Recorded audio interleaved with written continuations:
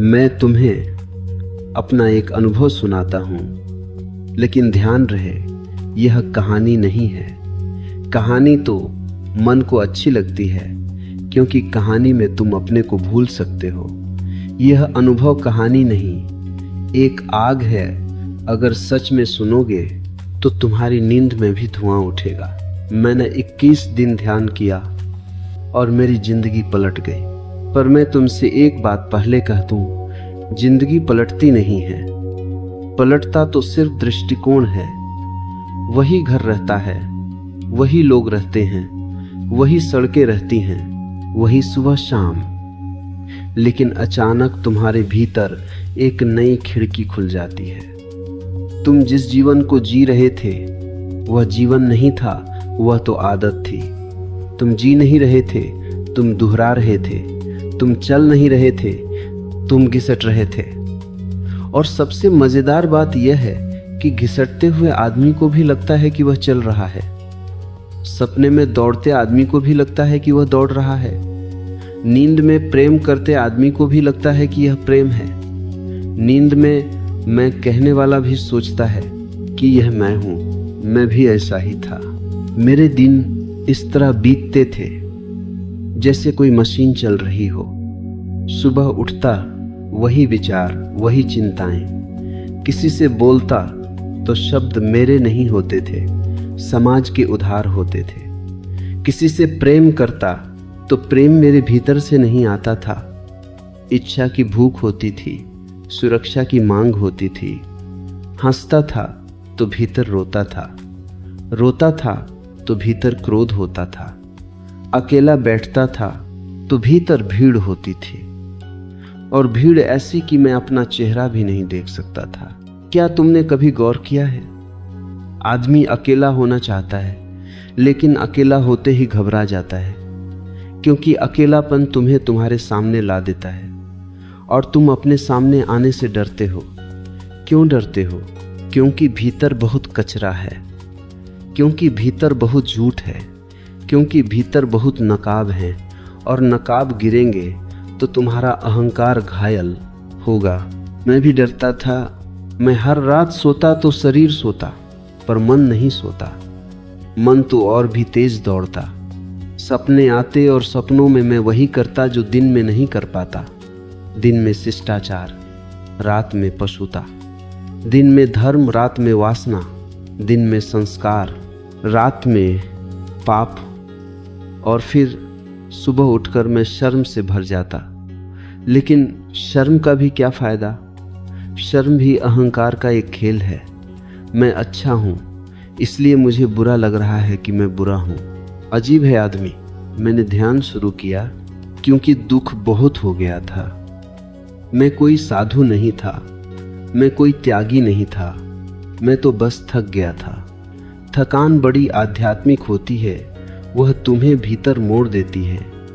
जब दुनिया से जीतने की बहुत कोशिश करके भी हार मिलती है, तब पहली बार आदमी पूछता है, क्या मैं गलत दिशा में भाग रहा हूं? मैंने भी वही पूछा और मैंने फैसला किया, 21 दिन, सिर्फ 21 दिन मैं अपने साथ रहूंगा। मैं अपने भीतर उतरूंगा। मैं अपनी ही आंखों में झांकूंगा। मैं अपनी ही धड़कन को सुनूंगा। मैं अपने ही विचारों की शोरगुल को देखूंगा। मैं अपने ही अहंकार की चालाकी पकड़ूंगा। पहले दिन मैं ध्यान में बैठा और ध्यान नहीं हुआ। ध्यान क्या होगा? भीतर तो बाजार लगा था। एक विचार, फिर दूसरा, एक याद, फिर दूसरी, एक वासना, फिर डर, एक कल्पना, फिर पछतावा। और मन चालाक है, वह कहता है, देखो ध्यान तुमसे नहीं होगा, छोड़ो इसे, यह तुम्हारे बस की बात नहीं।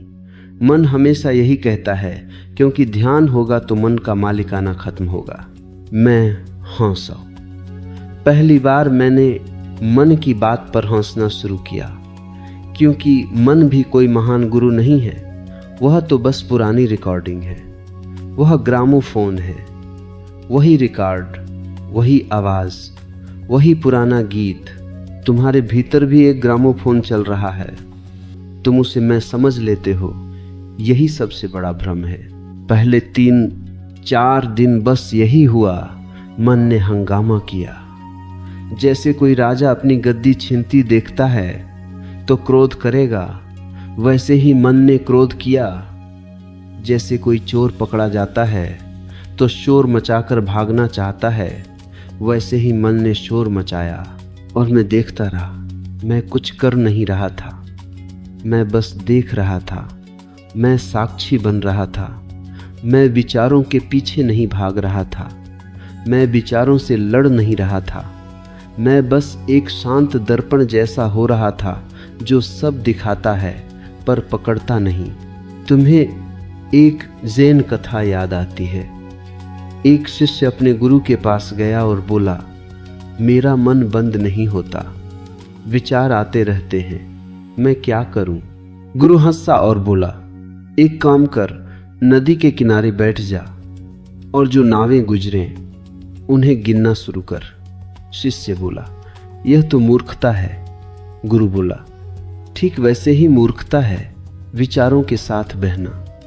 नावें तो गुजरेंगी ही, तुम्हें बस किनारे बैठना है। शिष्य बैठा और कुछ ही दिनों में उसने जाना नावें कम नहीं हुई, वह किनारा मजबूत हो गया।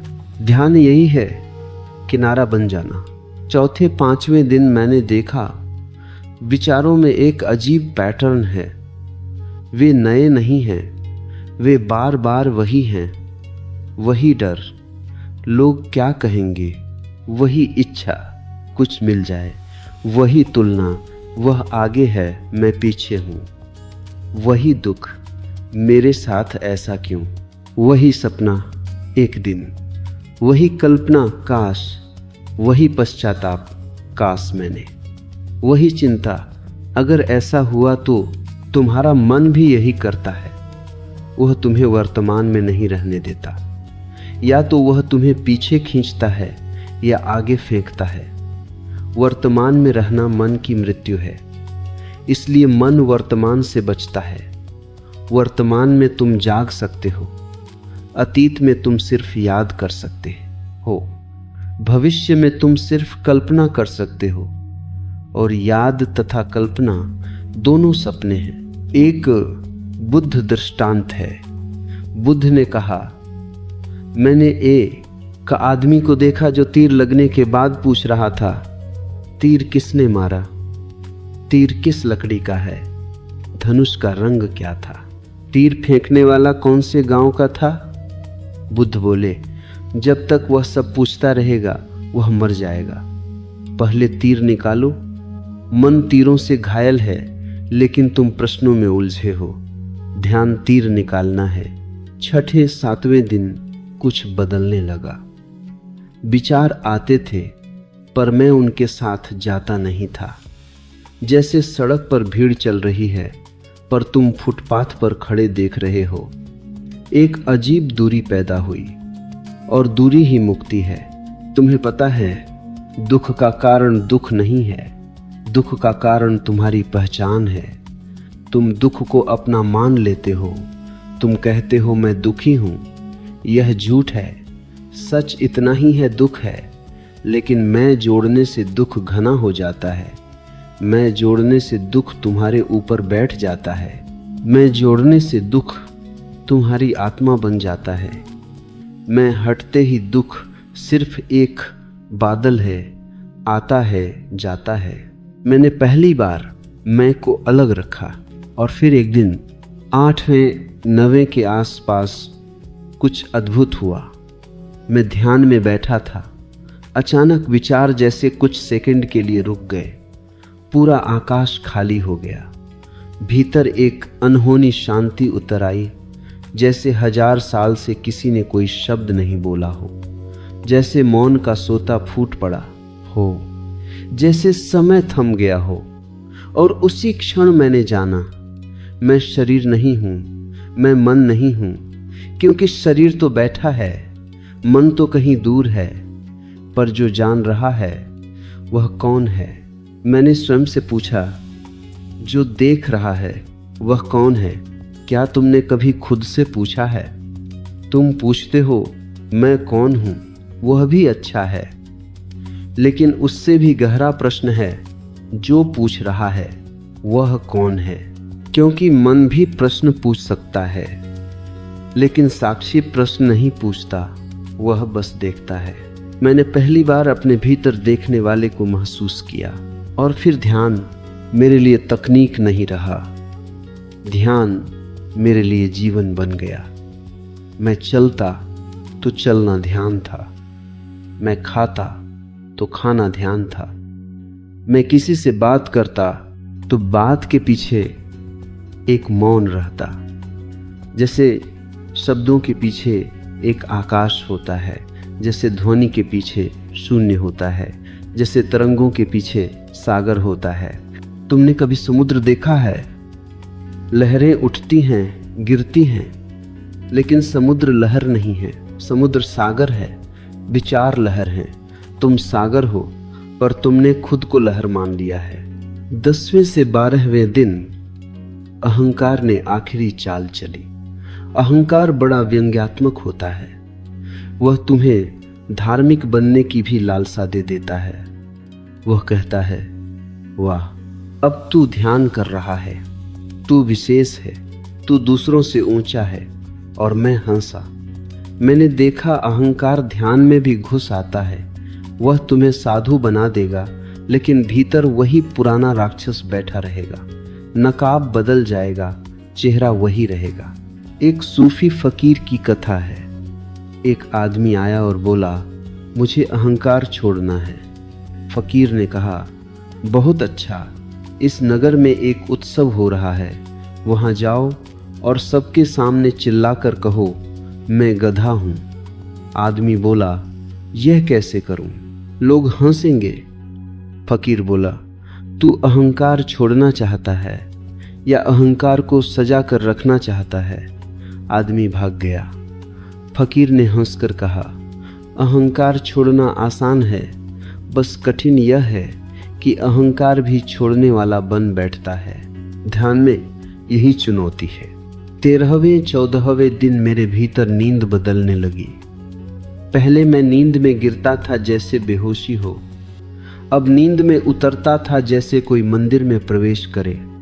सपने कम हुए, और जो सपने आए उनमें भी मैं जागा जागा सा था। पहली बार मुझे पता चला सपने किस भाषा में बोलते हैं। सपने किसी भाषा में नहीं बोलते, वे प्रतीकों में बोलते हैं।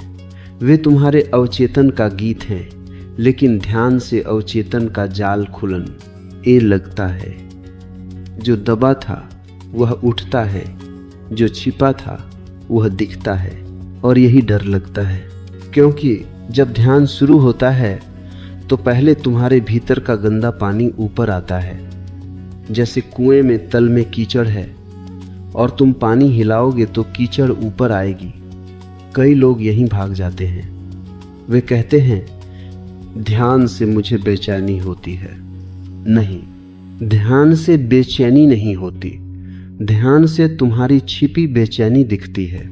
पहले बेचैनी थी, पर तुम उसे शराब, मोबाइल, बातचीत, काम, सेक्स, टीवी, किसी न किसी में दबाते थे।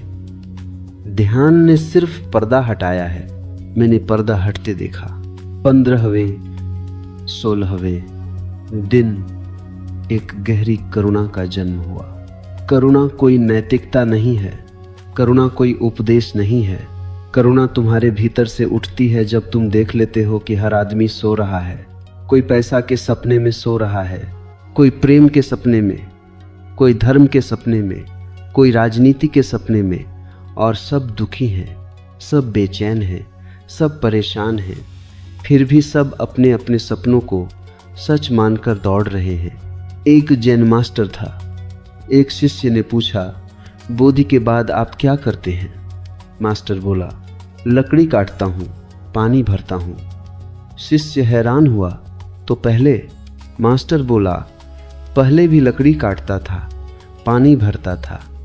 शिष्य बोला, फिर फर्क क्या? मास्टर ने कहा, पहले मैं सोया हुआ काटता था, अब जागा हुआ काटता हूँ। फर्क यही है। मैंने भी जाना मेरे जीवन में चीजें वही हैं, पर मैं बदल गया हूं। 17वें 18वें दिन मेरे भीतर प्रेम का अर्थ बदल गया। पहले प्रेम भी व्यापार था, देना कम लेना ज्यादा। प्रेम के नाम पर मैंने अपेक्षाएं रखी थी। तुम मुझे समझो, तुम मेरे लिए ऐसा करो, तुम मेरे बिना खुश मत रहो। यह प्रेम नहीं है, यह कब्जा है। यह तो मन की जंजीरें हैं। ध्यान ने मुझे दिखाया, प्रेम तभी है जब तुम दूसरे को आजाद छोड़ सकते हो। प्रेम तभी है जब तुम किसी को अपना नहीं बनाते। प्रेम तभी है जब तुम किसी के होने से खुश होते हो, उसके अपने होने से। प्रेम में मांग नहीं होती, प्रेम में सिर्फ बांटना होता है। एक बुद्ध कथा है। एक औरत रोती हुई आई, उसका बच्चा मर गया था। उसने बुद्ध से कहा, मेरे बच्चे को वापस कर दो। बुद्ध ने कहा, मैं कर दूंगा, लेकिन एक छोटा सा काम कर, किसी ऐसे घर से सरसों के दाने ले आ जहां कभी मृत्यु न हुई हो। वह औरत पूरे गांव में दौड़ी। हर घर में किसी न किसी की मृत्यु हुई थी। शाम को थक कर वह लौटी। बुद्ध ने कहा, अब समझी। उस औरत की आंखों में पहली बार आंसू करुणा के थे, दुख के नहीं। उसने कहा, मृत्यु सार्वभौमिक है। बुद्ध बोले, और प्रेम भी, लेकिन तुम प्रेम को निजी बना लेते हो। ध्यान ने मेरे प्रेम को सार्वभौमिक बनाना शुरू किया। 19वें दिन एक अजीब बात हुई। मैं ध्यान में बैठा था, अचानक मृत्यु याद आई। नहीं, याद नहीं, मृत्यु सामने खड़ी हो गई, जैसे कोई कह रहा हो सब समाप्त होगा। मैं डर गया। फिर मैंने देखा, डर किसे लग रहा है? शरीर को। शरीर तो मरेगा ही। मन को? मन तो अभी भी रोज मरता है, हर रात नींद में। लेकिन जो देख रहा है वह तो डर से बाहर है। उस क्षण मृत्यु एक दुश्मन नहीं रही, वह एक तथ्य बन गई। और तथ्य से भय नहीं होता, भय तो कल्पना से होता है। मृत्यु को देखने से जीवन पवित्र हो जाता है, क्योंकि फिर तुम टालना छोड़ देते हो। फिर तुम कहते हो आज ही जागना है, कल कौन जानता है। फिर तुम कहते हो इस क्षण को खोना नहीं है। फिर तुम कहते हो मुझे अपने भीतर का आकाश अभी देखना है। 20वें दिन मैं जैसे भीतर से खाली होने लगा। और यह खालीपन डरावना नहीं था, यह खालीपन सुंदर था। जैसे मंदिर का गर्भगृह खाली होता है, जैसे आकाश खाली होता है, जैसे मौन खाली होता है। खालीपन को तुम डरते हो क्योंकि तुम्हें लगता है खालीपन मतलब अकेलापन। नहीं, अकेलापन दुख है, खालीपन आनंद है। अकेलापन मैं अकेला हूँ है, खालीपन मैं नहीं हूँ है। और जब मैं नहीं होता तब तुम अकेले नहीं रहते, तब तुम सबके साथ होते हो, तब तुम अस्तित्व के साथ होते हो, तब तुम पेड़ों के साथ होते हो, हवा के साथ होते हो, नदी के साथ होते हो, चांद के साथ होते हो। और फिर आया 21वां दिन। मैं तुम्हें क्या कहूँ, उस दिन कुछ विशेष नहीं हुआ और यही उसकी विशेषता थी। कोई रोशनी नहीं गिरी, कोई देवदूत नहीं आए, कोई घंटियां नहीं बजीं, कोई चमत्कार नहीं हुआ। चमत्कार मैं था। उस दिन मैं पहली बार सामान्य हुआ, और सामान्य होना ही परम है। तुम असामान्य बनने की कोशिश करते हो, संत बनने की, महात्मा बनने की, सफल बनने की, महान बनने की, और इसी कोशिश में तुम विकृत हो जाते हो। ध्यान तुम्हें सीधा कर देता है, ध्यान तुम्हें सरल कर देता है, ध्यान तुम्हें बच्चा कर देता है, निर्दोष। उस दिन जब मैं उठकर बाहर निकला, सूरज वही था, पर मैं उसे पहली बार देख रहा था। हवा वही थी, पर मैं उसे पहली बार छू रहा था। लोग वही थे, पर मैं उनमें पहली बार आत्मा देख रहा था। पहले मैं चेहरे देखता था, अब मैं उनके पीछे का दुख देखता था, उनकी मजबूरी देखता था, उनकी नींद देखता था। और मैं मुस्कुराया, क्योंकि मैंने अपने भीतर एक नई बात खोज ली थी। मैं परिस्थितियों का गुलाम नहीं हूँ, मैं मन का गुलाम नहीं हूँ, मैं अतीत का कैदी नहीं हूँ, मैं भविष्य का भिखारी नहीं हूँ। मैं इस क्षण में जी सकता हूँ और इस क्षण में सब कुछ है। तुम पूछोगे तो क्या जिंदगी सचमुच पलट गई? मैं कहूँगा जिंदगी नहीं, मैं पलट गया। और जब तुम पलट जाते हो तो दुनिया दूसरी दिखती है। वही पत्नी तुम्हें देवी लगने लगती है, वही पति तुम्हें मित्र लगने लगता है, वही बच्चा तुम्हें गुरु लगने लगता है, वही नौकरी साधना बन जाती है, वही घर आश्रम बन जाता है। लेकिन एक बात याद रखना, ध्यान तुम्हें अच्छा आदमी नहीं बनाता, ध्यान तुम्हें जागा आदमी बनाता है। और जागा आदमी कभी कभी समाज को खतरनाक लगता है, क्योंकि समाज सोया हुआ है।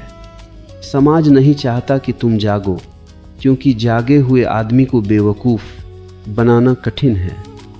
जागा हुआ आदमी विज्ञापन से नहीं खरीदता, जागा हुआ आदमी डर से नहीं चलता, जागा हुआ आदमी लालच से नहीं झुकता, जागा हुआ आदमी सच में जीता है और सच जीने वाला आदमी क्रांति है। मैंने 21 दिन ध्यान किया और फिर मुझे समझ में आया ध्यान कोई 21 दिन की चीज़ नहीं है। 21 दिन तो बस शुरुआत है। जैसे कोई दरवाजे तक आता है, जैसे कोई किनारे तक पहुंचता है, जैसे कोई अपनी नींद पर पहली बार शक करता है। वास्तविक ध्यान तो तब शुरू होता है जब तुम्हें पता चल जाए कि मन कभी तुम्हारा मित्र नहीं था, वह तो बस तुम्हें उलझा कर रखता था और तुम उससे दोस्ती समझते थे। मैं तुमसे पूछता हूँ, तुम कब तक अपने मन के गुलाम रहोगे? तुम कब तक दूसरों की राय से जियोगे? तुम कब तक अपने भीतर की आग को दबाते रहोगे? तुम कब तक जीवन को टालते रहोगे? जीवन टालने के लिए नहीं है, जीवन अभी है। और ध्यान कोई करने की चीज नहीं है, ध्यान तो होने की चीज है। जब तुम बैठे हो तो बस बैठो, जब तुम चल रहे हो तो बस चलो, जब तुम खा रहे हो तो बस खाओ, जब तुम बोल रहे हो तो बस बोलो, और जब कुछ नहीं कर रहे हो तब सबसे ज़्यादा जागो। क्योंकि जब कुछ नहीं करना होता तभी मन सबसे ज़्यादा करता है। ध्यान तुम्हें यह कला सिखाता है कि तुम अपने भीतर के शोर में भी मौन रह सको, अपने भीतर की आग में भी ठंडे रह सको, अपने भीतर की वासना में भी साक्षी रह सको, अपने भीतर के डर में भी प्रकाश रह सको। और यही असली पलटना है। 21 दिन बाद मैंने देखा मेरे भीतर एक नया केंद्र बन गया है। पहले मेरा केंद्र अहंकार था, अब मेरा केंद्र साक्षी है। पहले मैं था, अब मैं देखना हूँ। पहले मैं कहानी था, अब मैं चेतना हूँ। और यह तुम भी हो सकते हो, क्योंकि ध्यान किसी विशेष व्यक्ति के लिए नहीं, ध्यान तुम्हारी जन्म सिद्ध क्षमता है। बच्चा ध्यान में होता है, वह फूल को देखता है तो पूरा देखता है, वह तितली को देखता है तो पूरा देखता है, वह हंसता है तो पूरा हंसता है, वह रोता है तो पूरा रोता है। वह अभी में होता है। फिर धीरे धीरे समाज उसे भविष्य में धकेल देता है, बड़े बनो, सफल बनो, कुछ बनो, और बच्चा अपने होने को खो देता है। ध्यान तुम्हें फिर से होने की तरफ लौटाता है। मैंने 21 दिन ध्यान किया और मेरी जिंदगी पलट गई। और अब मैं तुमसे यही कहने आया हूँ, अगर तुम भी सच में पलटना चाहते हो तो बाहर कुछ बदलने मत जाओ, भीतर देखना सीखो, भीतर जागो, भीतर अपना असली चेहरा देखो, भीतर अपने नकाब गिराओ, भीतर अपने शोर के पार एक मौन है, वही तुम्हारा घर है। और जब तुम उस घर में पहुंच जाओगे तब तुम जानोगे कि जीवन को बदलने की ज़रूरत नहीं, जीवन को देखने की ज़रूरत है, बस देखने की। क्योंकि जो देख लेता है वह मुक्त हो जाता है। और जब तुम उस घर में पहुंच जाओगे तब एक बात और भी साफ हो जाएगी, जिसे तुम अब तक मेरी ज़िंदगी कहते रहे, वह ज़िंदगी थी ही नहीं, वह तो तुम्हारे मन की लिखी हुई पटकथा थी। तुम बस अभिनय कर रहे थे, कभी पति बनकर, कभी बेटे बनकर, कभी कर्मचारी बनकर, कभी दोस्त बनकर। और इन सब के पीछे एक अभिनेता था जो खुद को भूल गया था। मैंने 21 दिन ध्यान किया और फिर मैंने देखा मैं तो हमेशा से था, लेकिन मैं अपने ही भीतर खो गया था। तुम्हें शायद यह बात अजीब लगे, लेकिन आदमी अपनी सारी चीजें खो सकता है फिर भी जी सकता है। धन चल आ जाए, प्रतिष्ठा चली जाए, संबंध टूट जाए, फिर भी किसी तरह चल जाता है। पर जब आदमी अपने होने को खो देता है, तब वह जीवित होकर भी मृत हो जाता है।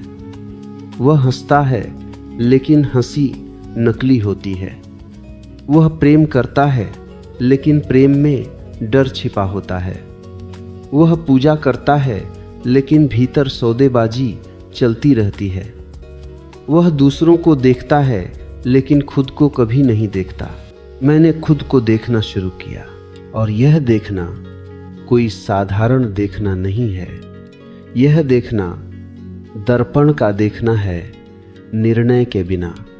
क्योंकि निर्णय तो मन की बीमारी है।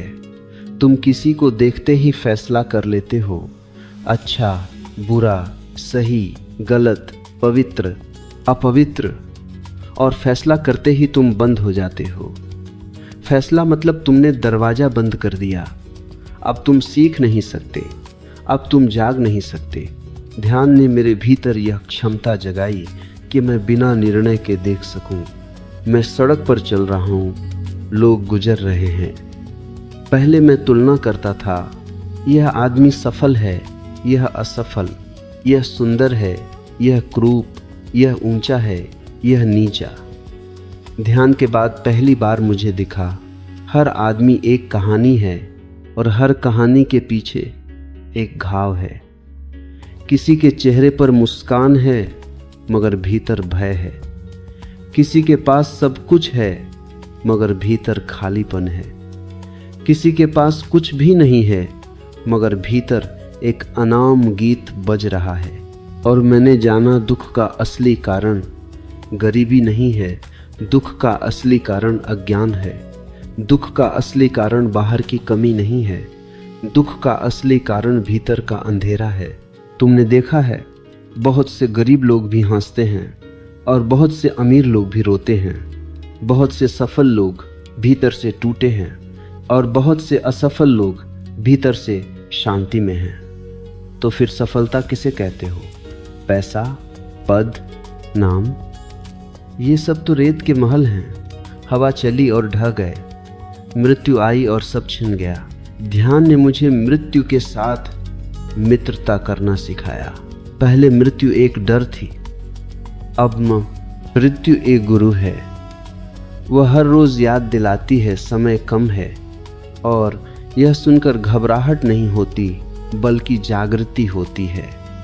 क्योंकि जब समय कम दिखता है तभी तुम टालना छोड़ते हो, तभी तुम कल पर भरोसा करना बंद करते हो, तभी तुम अभी में उतरते हो, और अभी ही परमात्मा है। एक राजा की कथा है। राजा बड़ा धार्मिक था, कम से कम वह सोचता था। उसने एक दिन एक फकीर को बुलाया और कहा, मैंने बहुत दान किया, बहुत मंदिर बनवाए, बहुत पूजा की, मुझे मुक्ति कब मिलेगी? फकीर हंसा और बोला, मुक्ति तू तो अभी भी खरीदने आया है। राजा नाराज हुआ, क्या मतलब? फकीर बोला, दान तूने पुण्य कमाने के लिए किया, मंदिर तूने नाम के लिए बनवाए, पूजा तूने डर के कारण की, तूने कुछ भी प्रेम से नहीं किया, और जहाँ प्रेम नहीं वहाँ मुक्ति नहीं। ध्यान ने मुझे पहली बार ये समझाया। मैं जो भी कर रहा था उसमें प्रेम नहीं था, उसमें लालच था, डर था, अहंकार था। ध्यान ने प्रेम जगाया, लेकिन ध्यान का प्रेम बड़ा अनोखा है। वह किसी को पकड़ता नहीं, वह किसी को बांधता नहीं, वह किसी को बदलना नहीं चाहता, वह बस दूसरे को होने देता है। ध्यान का प्रेम यह नहीं कहता तुम मेरे अनुसार चलो। ध्यान का प्रेम कहता है तुम अपने सत्य में खिलो और मैं तुम्हारी खुशबू का आनंद लूं। पहले मैं अपने संबंधों में थका हुआ था, हर रिश्ते में तनाव था, हर रिश्ते में शिकायतें थी, हर रिश्ते में अपेक्षा थी, और अपेक्षा एक प्रकार की हिंसा है, बहुत सभ्य, बहुत मीठी हिंसा। तुम फूल देकर भी हिंसा कर सकते हो अगर फूल के पीछे मांग छिपी हो। मैंने ध्यान के बाद अपने भीतर ये देखा। मैं दूसरों को देने के बहाने उनसे लेना चाहता था, मैं प्यार के बहाने कब्जा चाहता था, मैं सेवा के बहाने श्रेष्ठ दिखना चाहता था, मैं त्याग के बहाने महान बनना चाहता था। कितना चालाक है अहंकार। एक जैन मास्टर के पास एक आदमी आया और बोला, मैंने त्याग कर दिया है। मास्टर ने कहा, क्या त्याग किया? आदमी बोला, घर छोड़ा, परिवार छोड़ा, धन छोड़ा। मास्टर हंसा और बोला, और अहंकार? आदमी बोला, अहंकार तो मैंने सबसे पहले छोड़ दिया। मास्टर ने कहा, फिर तुम यहाँ कौन आए हो बताने? मैंने पहली बार यह समझा, अहंकार सबसे अंत में जाता है और सबसे आखिरी तक तुम्हें धोखा देता है। ध्यान ने मुझे धोखे पकड़ना सिखाया। फिर एक दिन मैंने देखा मेरे भीतर क्रोध उठता है, लेकिन अब मैं क्रोध नहीं बनता। पहले क्रोध आता था और मैं क्रोध हो जाता था। अब क्रोध आता है और मैं उसे देखता हूँ, और जैसे ही तुम देख लेते हो, क्रोध की आग कमजोर हो जाती है, क्योंकि क्रोध को ईंधन तुम्हारा अचेतन समर्थन देता है। तुम कहते हो, हाँ मैं सही हूँ, सामने वाला गलत है। बस यही क्रोध का पेट्रोल है। ध्यान में तुम सही गलत से ऊपर उठते हो। तुम देखते हो क्रोध का कारण सामने वाला नहीं है, क्रोध का कारण तुम्हारे भीतर की चोट है, तुम्हारा घाव है, तुम्हारी अपूर्णता है, और फिर क्रोध करुणा में बदलने लगता है। मैंने अपने भीतर ईर्ष्या देखी। ईर्ष्या बड़ी गंदी चीज है, क्योंकि वह तुम्हें लगातार छोटा बनाती रहती है। जब तुम ईर्ष्या करते हो, तुम खुद को जहर दे रहे होते हो। तुम किसी दूसरे की खुशी देखकर दुखी होते हो। कितना पागलपन है। ध्यान ने मुझसे पूछा, तुम दूसरे की खुशी से दुखी क्यों हो? तुम्हारे भीतर खुशी क्यों नहीं है? और पहली बार मैंने उत्तर नहीं दिया, मैं चुप हो गया, क्योंकि उत्तर नहीं था, बस एक ही सत्य था। मैं भीतर से खाली था, इसलिए बाहर की तुलना मेरा धर्म बन गई थी। तुम भी तुलना करते हो, है ना? और तुम ध्यान रखना, तुलना तुम्हें कभी सुख नहीं दे सकती, क्योंकि तुलना में हमेशा कोई तुमसे ऊपर होगा। दुनिया बड़ी है, और अगर तुम एक से ऊपर हो गए तो दूसरे से नीचे हो जाओगे। यह सीढ़ी खत्म नहीं होती। तुलना एक अंतहीन कारावास है। ध्यान तुलना की जेल का दरवाजा खोल देता है। फिर मैंने देखा मेरे भीतर इच्छाएं उठती हैं। पहले इच्छा का मतलब था भागना, इच्छा का मतलब था कुछ पा लेना ताकि खालीपन भर जाए। लेकिन ध्यान ने मुझे दिखाया, इच्छा से खालीपन नहीं भरता, इच्छा से खालीपन बढ़ता है। इच्छा आग है, जितना डालो उतनी बढ़ती है। एक सूफी कहानी है। एक आदमी रेगिस्तान में प्यासा भटक रहा था। उसे एक कुआं दिखा, वह दौड़ा, पानी पिया। थोड़ी देर में फिर प्यास लगी, उसने फिर पानी पिया, फिर प्यास लगी। वह बेचैन हो गया। यह कैसा कुआं है, जितना पीता हूँ उतनी प्यास बढ़ती है। तभी एक फकीर आया और बोला, मूर्ख, यह कुआं नहीं, यह नमक का पानी है। यह तुम्हारी प्यास बुझाएगा नहीं, यह तुम्हें और प्यासा बनाएगा। आदमी रो पड़ा। इच्छा नमक का पानी है, ध्यान मीठे पानी का स्रोत है। 21 दिनों के बाद मेरे भीतर एक छोटी सी चीज स्थायी होने लगी, एक जागरूकता, एक स्मृति कि मैं सपना नहीं हूँ, मैं देखने वाला हूँ, मैं विचार नहीं हूँ, मैं चेतना हूँ। और फिर वही हुआ जो तुम्हें बाहर से चमत्कार लगेगा, लेकिन भीतर से वह बहुत साधारण है। मेरी आदतें बदलने लगी। पहले मैं देर रात तक मोबाइल में खोया रहता था, क्योंकि अकेलेपन से डर लगता था। अब मोबाइल हाथ में आता तो मैं देखता मैं क्यों खोल रहा हूँ, क्या सच में कुछ जरूरी है, या मैं बस अपने भीतर से भाग रहा हूं? और जैसे ही यह देखना गहरा हुआ, भागना बंद होने लगा। मेरी नींद गहरी होने लगी, लेकिन यह नींद अचेतन नहीं थी, यह विश्राम था। पहले मैं सोकर भी थक जाता था, अब मैं सोकर ताजा होता था, क्योंकि अब मैं दिन भर मन का कचरा ढो नहीं रहा था। मेरा डर कम होने लगा। डर पूरी तरह गया नहीं, लेकिन डर का जादू टूटने लगा, क्योंकि डर का अस्तित्व तुम्हारे अज्ञान पर टिकता है। तुम डरते हो क्योंकि तुमने जीवन को जाना नहीं, तुमने सिर्फ कल्पनाएं की हैं, और कल्पनाएं हमेशा डर पैदा करती हैं। मेरा अकेलापन बदल गया। अकेलापन अब दर्द नहीं था, एकांत आनंद बन गया। पहले अकेले बैठता था तो भीतर आवाजें चिल्लाती थीं, अब अकेला बैठता था तो भीतर शांत संगीत बजता था। और मैं हंसता था अपने पुराने जीवन पर, क्योंकि मैंने देखा मैंने कितनी मेहनत की थी दुखी होने की। मैंने कितना अभ्यास किया था चिंतित रहने का। मैंने कितनी ऊर्जा लगाई थी खुद को गलत साबित करने में, दूसरों को दोष देने में, शिकायत करने में। ध्यान ने शिकायत का स्वाद छीन लिया, और जब शिकायत चली जाती है तब जीवन सरल हो जाता है। फिर छोटी छोटी चीजें भी बड़ी लगती हैं। चाय की भाप, सुबह का सूरज, बारिश की बूंद, किसी अजनबी का मुस्कुराना, बच्चे की हंसी, क्योंकि तब तुम्हारे भीतर उपस्थित होने की क्षमता आ जाती है। अब मैं तुमसे पूछता हूं, क्या तुम्हें लगता है ध्यान कोई बड़े बड़े लोगों के लिए है? साधुओं के लिए, हिमालय के लिए, आश्रमों के लिए? नहीं, ध्यान तो गृहस्थ के लिए सबसे जरूरी है, क्योंकि गृहस्थ के पास हजार उलझने हैं, और उलझने ही ध्यान का कच्चा माल है। जब तक तुम्हारे जीवन में समस्या नहीं, तब तक तुम जागोगे नहीं, क्योंकि आराम नींद देता है, चुनौती जागृति देती है। और ध्यान का सबसे बड़ा लाभ यह नहीं कि तुम शांत हो जाते हो, ध्यान का सबसे बड़ा लाभ यह है कि तुम सच हो जाते हो। फिर चाहे तुम शांत रहो, चाहे तुम कभी कभी आंधी भी बन जाओ, लेकिन अब तुम झूठे नहीं रहोगे, अब तुम मुखौटा नहीं पहनोगे, अब तुम अपने भीतर की सच्चाई को छुपाकर सभ्य नहीं बनोगे, क्योंकि सभ्यता अक्सर झूठ की सुंदर पैकिंग है।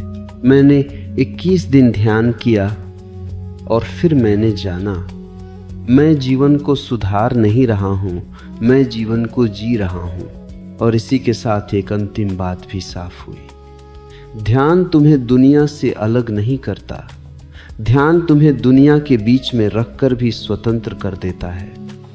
ध्यान तुम्हें बाजार में खड़ा करके भी भीतर मंदिर दे देता है। ध्यान तुम्हें भीड़ में रखकर भी अकेलेपन से मुक्त कर देता है। अब अगर तुम सच में सुन रहे हो तो मैं तुम्हें एक छोटी सी को अंजी दे रहा हूं, किसी विधि की तरह नहीं, किसी आदेश की तरह नहीं, बस एक मित्र की तरह। जब भी मन भागे तुम बस देखना, जब भी डर उठे तुम बस देखना, जब भी वासना उठे तुम बस देखना, जब भी क्रोध आए तुम बस देखना, जब भी दुख आए तुम बस देखना। और धीरे धीरे तुम पाओगे जो देखा जा सकता है वह तुम नहीं हो, तुम तो देखने वाले हो, और वही तुम्हारी मुक्ति है। मैंने 21 दिन ध्यान किया, मेरी जिंदगी पलट गई, लेकिन असल में जिंदगी नहीं पलटी, मेरी आंखें पलट गईं। और जब आंखें पलट जाती हैं तो संसार वही रहता है, पर तुम पहली बार संसार को नहीं, संसार के पीछे छिपे परम सत्य को देखने लगते हो। अब मैं तुमसे पूछता हूँ, क्या तुम भी 21 दिन अपने लिए दे सकते हो? क्या तुम भी अपने भीतर उतरने की हिम्मत कर सकते हो? क्या तुम अपने मन की पुरानी तानाशाही से आजाद होना चाहते हो? अगर हाँ, तो शुरुआत बहुत छोटी है, बस देखना शुरू करो, और एक दिन तुम्हें भी वही अनुभव होगा जो मुझे हुआ था, कि तुम कभी बंधे ही नहीं थे, तुम सिर्फ सोए हुए थे। जागो, बस जागो।